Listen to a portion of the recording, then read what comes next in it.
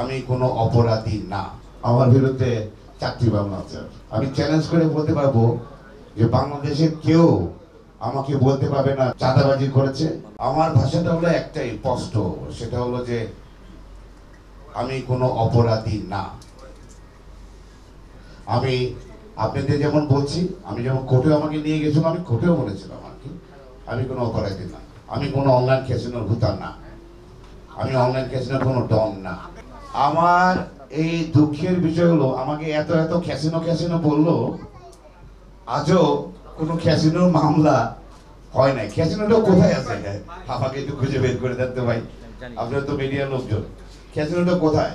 কোথায় সে online casino ডন, ভূতা, godfather, কত কিছু আজ পর্যন্ত কোনো ক্যাসিনো মামলা হয় নাই।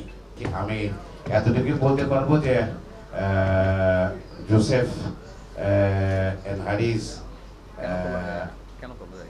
আমাকে তারা কেন করেছে, বিকজ তারা বেশি ভালো করে বলতে পারবে, বা তারা আমার একই এলাকার ছেলে ছিল আর কি। আমরা ঘুরে ফিরে বলি যে হিংসা আর কি, বলেন না, হিংসা হিংসা আর যে ক্ষমতার অপব্যবহার।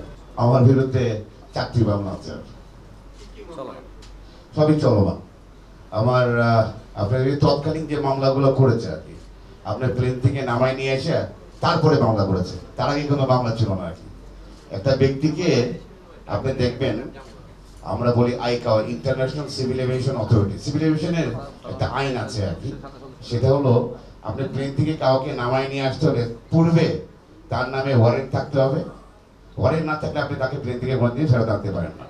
বাট আমাকে প্লেন থেকে নামায় নিয়ে আসে, ওয়ারেন্ট তো দূরে কথা, আমার নামে জিডিও ছিল না, মামলা তো দূরে কথা, মানে আমার জিডিও। আমাকে প্লেন থেকে নামায় নিয়ে আসার পরে আপনার মামলাগুলো করে, একটা হলো যে মদের মামলা, আরেকটা হলো যে আপনার মানি লন্ডারিং মামলা।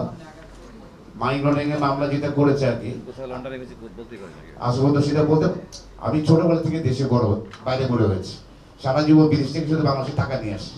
আমি চ্যালেঞ্জ করে বলতে পারবো যে বাংলাদেশের কেউ আমাকে বলতে পারবে না যে সেনের জীবনে কোনো টেন্ডারবাজি করেছে, চাঁদাবাজি করেছে, ওর কারো জমি দখল করেছে, বালু ভরাট করেছে। নাও নো চ্যালেঞ্জ।